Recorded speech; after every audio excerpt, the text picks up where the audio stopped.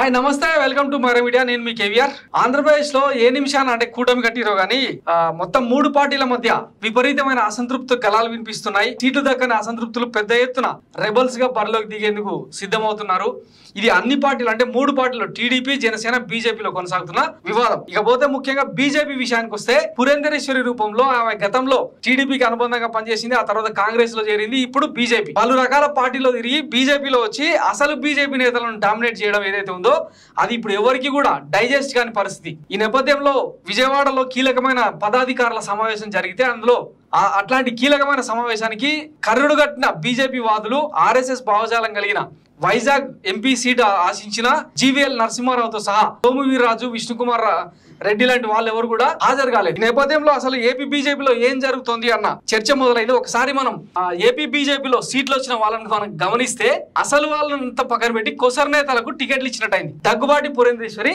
ఈమె బీజేపీ అధ్యక్షురాలు ఫస్ట్ ఎన్టీఆర్ టీడీపీలో రాజకీయ ప్రస్థానం మొదలుపెట్టి ఆ తర్వాత ఎన్టీఆర్ మరణానంతరం చంద్రబాబు ఎప్పుడైతే పదవీచ్యుతుడైందో అప్పుడు ఈమె కాంగ్రెస్ లో చేరి వైఎస్ రాజశేఖర రెడ్డి చలవతో కేంద్ర మంత్రి 10 ఏళ్ల పాటు అంటే యూపీఏ హయాంలో 10 ఏళ్ల పాటు వివిధ పదవులను అనుభవించారు కేంద్రంలో ఈమె పదవీ దాహం చల్లారక మళ్ళా వెంటనే అంటే 2014లో బీజేపీ అధికారంలోకి వచ్చింది వెంటనే బీజేపీలో చేరిపోయింది ఏపీ బీజేపీ అధ్యక్షురాలుగా ఎన్నికైంది అప్పుడు 2014లో ఎన్డీఏ కూటమితో చంద్రబాబు నాయుడుకు సన్నిహిత సంబంధాలు ఉన్న నేపథ్యంలో ఈమెను రెఫర్ చేసిండ్రు వాళ్ళు అధ్యక్షురాలు చేసారు అనమాట అది జరిగిన కథ ఇక శ్రీమతి కొత్తపల్లి గీత గతంలో కాంగ్రెస్లో ఉండే ఆ తర్వాత వైసీపీలో చేరిండ్రు వైసీపీలో నుంచి ఇప్పుడు బీజేపీలో చేరి కొత్తపల్లి అరకు టికెట్ తెచ్చుకున్నారు అనమాట ఈమె నాన్ బీజేపీ అనమాట నెక్స్ట్ సీఎం రమేష్ చంద్రబాబు నాయుడు అనుచరుడు ఆయన ఆర్థిక వ్యవహారాలు చక్కబెట్టే బినామీ అని చెప్పి ఈయనకు పేరు ఈయన కమింగ్ ఫ్రమ్ టీడీపీ ఈయన బీజేపీ క్యాండిడేట్ కాదు అంటే నేను చెప్పేది ఏంటంటే బీజేపీలో పుట్టిన వాళ్ళు కాదని కండువాలు మార్చేసి వచ్చి అంటే చెప్తుంటారు కదా పారాచూట్ లీడర్లకు టికెట్లు ఇచ్చిందనమాట బీజేపీ ఒక్క భూపతిరాజు శ్రీనివాస వర్మ మాత్రం ఆర్ఎస్ఎస్ మూలాలున్న వ్యక్తి ఇక వరప్రసాద్ రావు ఈయన వైసీపీ నుంచి వచ్చిన వ్యక్తి నల్లారి కిరణ్ కుమార్ రెడ్డి మాజీ ముఖ్యమంత్రి కాంగ్రెస్ వ్యక్తి గతంలో చెప్పు గుర్తు పార్టీతో పోటీ చేసి డిపాజిట్లు కూడా రాకుండా చెప్పు దెబ్బలు తిన్న పార్టీకి అధినేత అనమాట సో ఈయన రాజంపేట ఎంపీ అభ్యర్థి ఇది బీజేపీ స్వరూపం స్వభావం ఒక్కరు కూడా అంటే ఒక్క భూపతిరాజు శ్రీనివాస వర్మ మినహాయిస్తే మిగతా ఎవరు వీళ్ళే కాదు ఆల్మోస్ట్ అంటే అసెంబ్లీ సీట్లు వచ్చిన వాళ్ళలో కూడా చాలా మంది పక్క పార్టీల నుంచి వచ్చిన వాళ్ళే అంటే బీజేపీ బలహీనంగా ఉందా పారాచూట్ లీడర్లకు ఇంత పెద్ద ఎత్తున అంటే మొత్తం 6గురులో ఒక్క వ్యక్తి మాత్రమే ఆర్ఎస్ఎస్ వ్యక్తి మిగతా 5గురు అంటే ఇంత డొల్లతనం ఉందా బీజేపీలో అన్న సిగ్నల్ సందేశం ఇస్తున్నట్ట ఏం చెప్పదలుచుకుంది ఏపీ బీజేపీ అన్నది ఇప్పుడు ఆసక్తికరంగా మారింది ఇకపోతే మరిది కళ్ళల్లో ఆనందం కోసం ఈమె విశ్వ ప్రయత్నాలు చేస్తూ ఉంటదని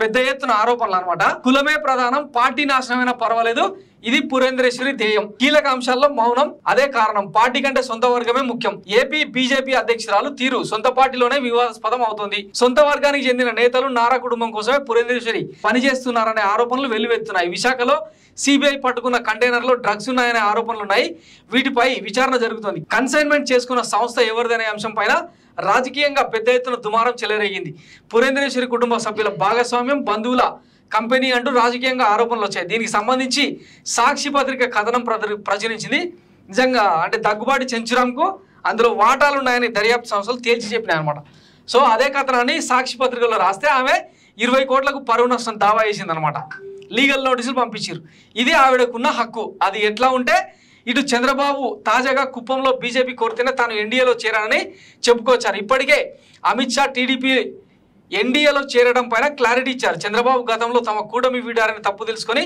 తిరిగి ఎన్డీఏ కూటమిలోకి వస్తారంటే తాము చేర్చుకున్నామని స్పష్టం చేశారు ఇప్పుడు చంద్రబాబు మరోసారి బీజేపీనే తనను ఆహ్వానించిందని చెప్పినా ఆ పార్టీ రాష్ట్ర అధ్యక్షురాలుగా పురేంద్రేశ్వరి ఇలాంటి కీలకమైన అంశాల మీద మౌనం పాటిస్తున్నారు ఖండించాలి కదా అట్లా ఖండించదనమాట మరిది విషయానికి వచ్చేసరికి ఆమె నోరు మూత పడుతుంది అదేవిధంగా తమకు మద్దతుగా నిలిచే ఒక మీడియా సంస్థ అధినేత ప్రతి వారం పలికే పలుకుల్లో మోడీ వ్యవహార శైలి గురించి రాసుకొచ్చారు మోడీ తీరును తప్పుపడుతూ ప్రజల్లోకి ప్రతికూల సంకేతాలు వెళ్లేలా అభిప్రాయాలు వ్యక్తం చేశారు దీనిపైన పురేంద్రేశ్వరి అనుకో ఎక్కడా స్పందించలేదు ఏపీలో పొత్తు సీట్ల ఖరారు విషయంలో పురేంద్రేశ్వరి శైలి పైన సొంత పార్టీ నేతల్లోనే భిన్నాభిప్రాయాలు వ్యక్తమవుతున్నాయి ఎన్నికల సమయంలో పార్టీకి నష్టం చేసే విధంగా పరిణామాలు చోటు చేసుకుంటున్న పురేంద్రేశ్వరి స్పందించకపోవడం ఇప్పుడు వివాదంగా మారుతోంది టీడీపీతో పొత్తు సీట్ల వ్యవహారంలో పురేంద్రేశ్వరి రాష్ట్ర అధ్యక్షురాలిగా సమర్థవంతంగా వ్యవహరించలేకపోయారన్న అభిప్రాయం సొంత పార్టీ నేతల నుంచి వ్యక్తమవుతోంది.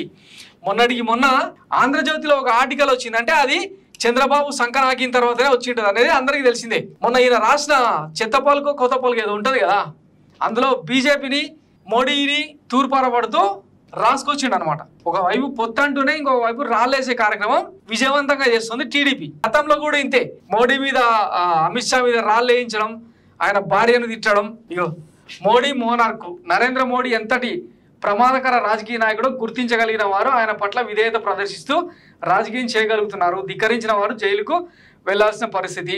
మాయాబజార్ సినిమాలో లాగా కోర్ శరణ్ కోర్ అని ప్రత్యర్థులను వేటాడింది. ఇప్పుడు ప్రధానమంత్రి మోడీ కూడా ఆ రాజకీయ ప్రత్యర్థుల నుంచి అదే ఆశిస్తున్నారు. శరణు కోరిన వారు మాత్రమే రాజకీయాల్లో మనగలుగుతున్నారు అని చెప్పి మోడీని టార్గెట్ చేస్తూ రాసుకొచ్చిన కొత్త పలుకు అనమాట. ఇది చంద్రబాబు ప్రమేయం లేకుండా, చంద్రబాబు ఆదేశం లేకుండా, చంద్రబాబుకు ఇన్ఫర్మేషన్ లేకుండా రాసింటాడా ఈ చంద్ర జ్యోతి రాధాకృష్ణ? రాయడు కదా.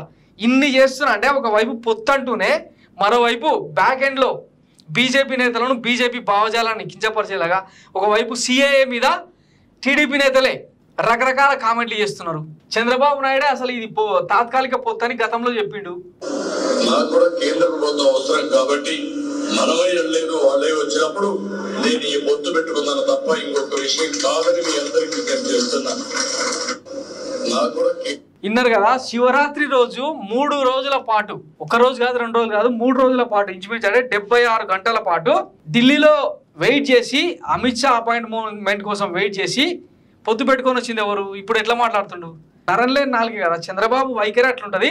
బీజేపీ నేతలకి ఇది తెలిసినా కూడా మరి ఆయన సంఘ ఎందుకు అది వాళ్ళకే తెలియాలి. సో మొత్తం మీద ఈ కూటమిలో లుకలుకలు మాత్రం స్పష్టంగా కనిపిస్తున్నాయి. సీట్లు రాని బీజేపీ నేతలేమో అలిగి ఇంట్లో కూర్చున్నారు, ఎవరు కూడా ఫోన్లకు అందుబాటులో లేరని చెప్తున్నారు. మరోవైపు బీజేపీకి జనసేనకు పోయిన సీట్ల మీద టీడీపీకి ఖర్చు వేసుకొని కూర్చున్నది. రెబల్ అభ్యర్థులను పోటీ చేయించే దిశగా చంద్రబాబు అడుగులేస్తున్నాడు, స్పష్టంగా కనిపిస్తుంది. మరోవైపు జనసేన ఆశించిన సీట్లు రాలేదని కూటమికి దూరం అవుతున్న పరిస్థితి. అంటే కింది స్థాయి క్యాడర్ ఇప్పటికే శెట్టిబాలిజ సామాజిక వర్గానికి చెందిన కాకినాడ మాజీ మేయర్ సరోజ లాంటి వాళ్ళు ఇట్లా చాలా మంది బయటకు వచ్చి పవన్ కళ్యాణ్ మీద, ఆయన వైఖరి మీద, నాదెండ్ల మనోహర్ కుట్ర రాజకీయాల మీద, చంద్రబాబుకు ఆయన మోస్తున్న తాబేదారు రాజకీయాల మీద విపరీతంగా విమర్శలు ఎదుర్కొంటున్నారు. సో ఆంధ్రప్రదేశ్ లో కూటమి లుకలుకలు ఇట్లా ఉంటే, మరోవైపు వైఎస్ జగన్మోహన్ రెడ్డి ఈ నెల 27వ తారీఖున మేమంతా సిద్ధం పేరుతో బస్సు యాత్రలు, బహిరంగ సభల పేరుతో ఆయన దూకుడుగా వెళ్తున్నారు అనమాట. ఇది ఆంధ్రప్రదేశ్ పాలిటిక్స్ లో చోటు చేసుకున్న పరిణామం. Thanks for watching Myra Media. నేను మీ కేవీఆర్. Thank you.